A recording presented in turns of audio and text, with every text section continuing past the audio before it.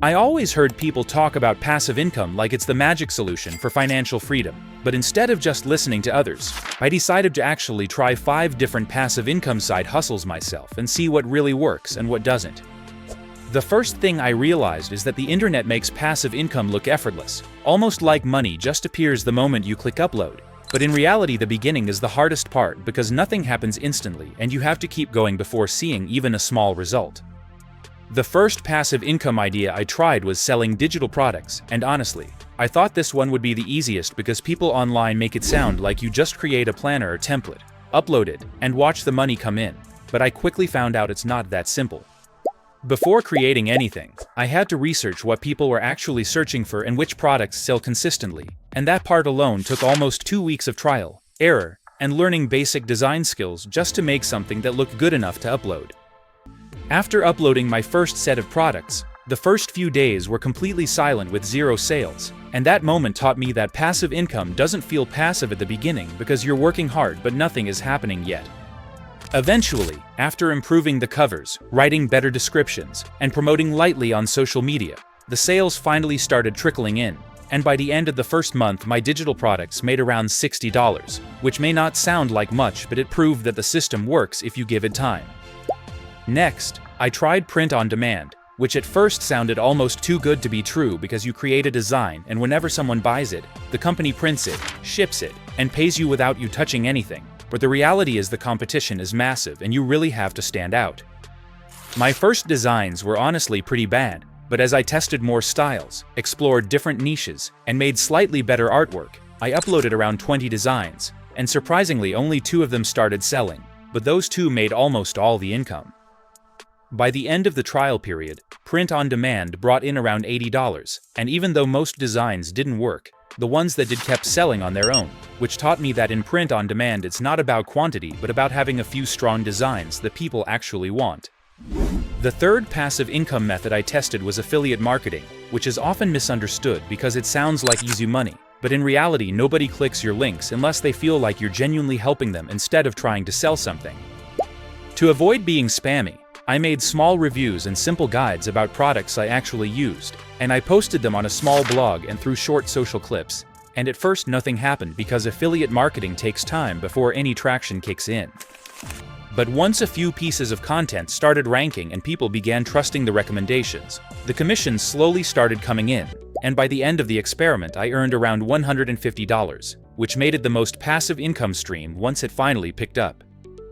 Then I moved on to creating a small faceless YouTube channel, which turned out to be way more interesting than I expected because I didn't record my voice, didn't show my face, and didn't use fancy gear, but the videos still got views purely because of consistent posting and decent storytelling.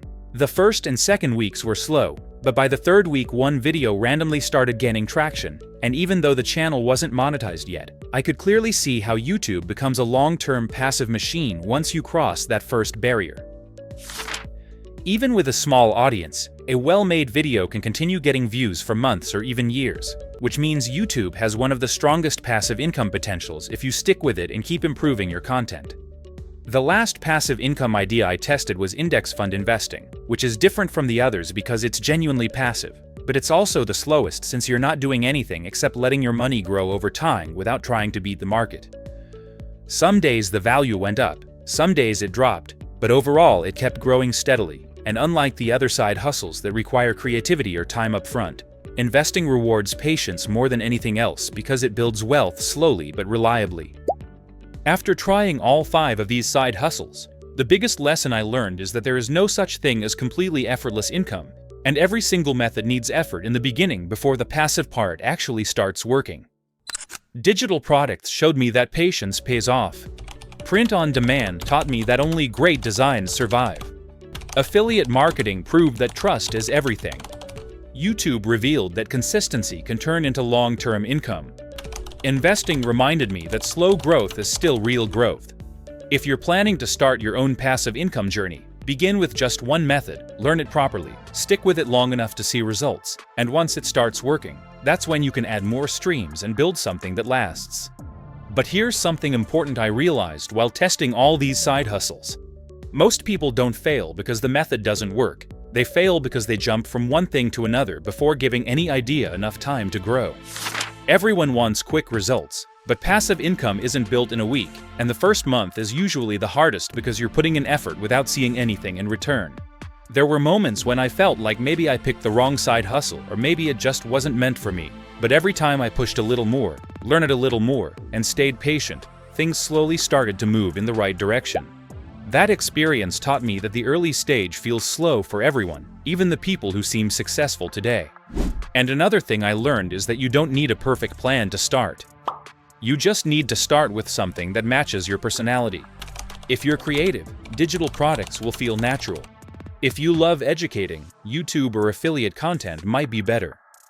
If you prefer something completely hands-off, then investing gives you freedom without constant work. What matters most is choosing one idea and giving it the space it needs to grow, because every passive income stream starts out small, and almost all of them look like they're not working in the beginning. But if you stay consistent, the compound effect kicks in slowly, then suddenly, and that's when everything changes. If you're planning to start your own passive income journey, begin with just one method, learn it properly, stick with it long enough to see results, and once it starts working, that's when you can add more streams and build something that lasts. Thanks for watching.